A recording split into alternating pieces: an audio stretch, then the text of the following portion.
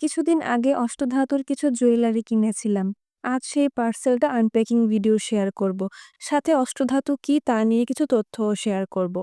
আসসালামু আলাইকুম, welcome to go by flow. Facebook page Oyster থেকে জুয়েলারিগুলো অর্ডার করেছিলাম প্রায় মাসখানেক আগে। রিভিউ একটু দেরিতে শেয়ার করছি কারণ আমি আগে চাচ্ছিলাম জুয়েলারিগুলো কেমন ব্যবহার করে বুঝে তারপর সবার সাথে শেয়ার করতে। আমি নিয়েছিলাম ২টা অষ্টধাতু আর পার্লের ফিঙ্গার রিং আর একটা চুড়ি। রিংগুলোর প্রাইস ছিল ৳১,০৫০ আর চুড়ির প্রাইস ছিল ৳৯০০।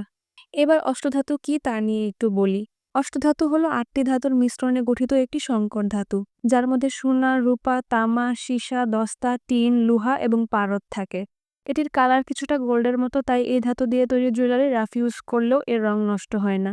কিছুটা শাইন চলে যায়, একটু ম্যাট গোল্ডেন কালার আসে, আর এটাই স্থায়ী থাকে। এখন অনেকে অনেক অন্ধবিশ্বাস বা ভ্রান্ত ধারণা নিয়ে এই অষ্টধাতুর জুয়েলারি ইউজ করে। কেউ মনে করে অষ্টধাতু ব্যবহার করলে বাতের ব্যথা ভালো হয়ে যায়। আবার কেউ মনে করে অষ্টধাতু ব্যবহারে জীবনে সুখ সমৃদ্ধি আসে। এগুলোর একটারও কোনো ভিত্তি নেই।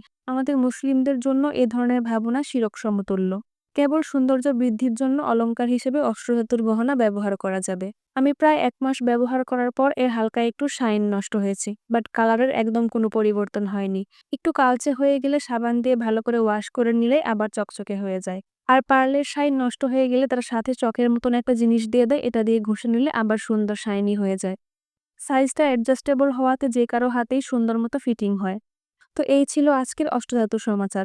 ভালো লাগলে ওয়েস্টার পেজে গিয়ে তাদের সুন্দর কালেকশনগুলো দেখে আসতে পারেন। আজ তবে বিদায় নিচ্ছি। ভালো থাকবেন সবাই। আল্লাহ হাফেজ।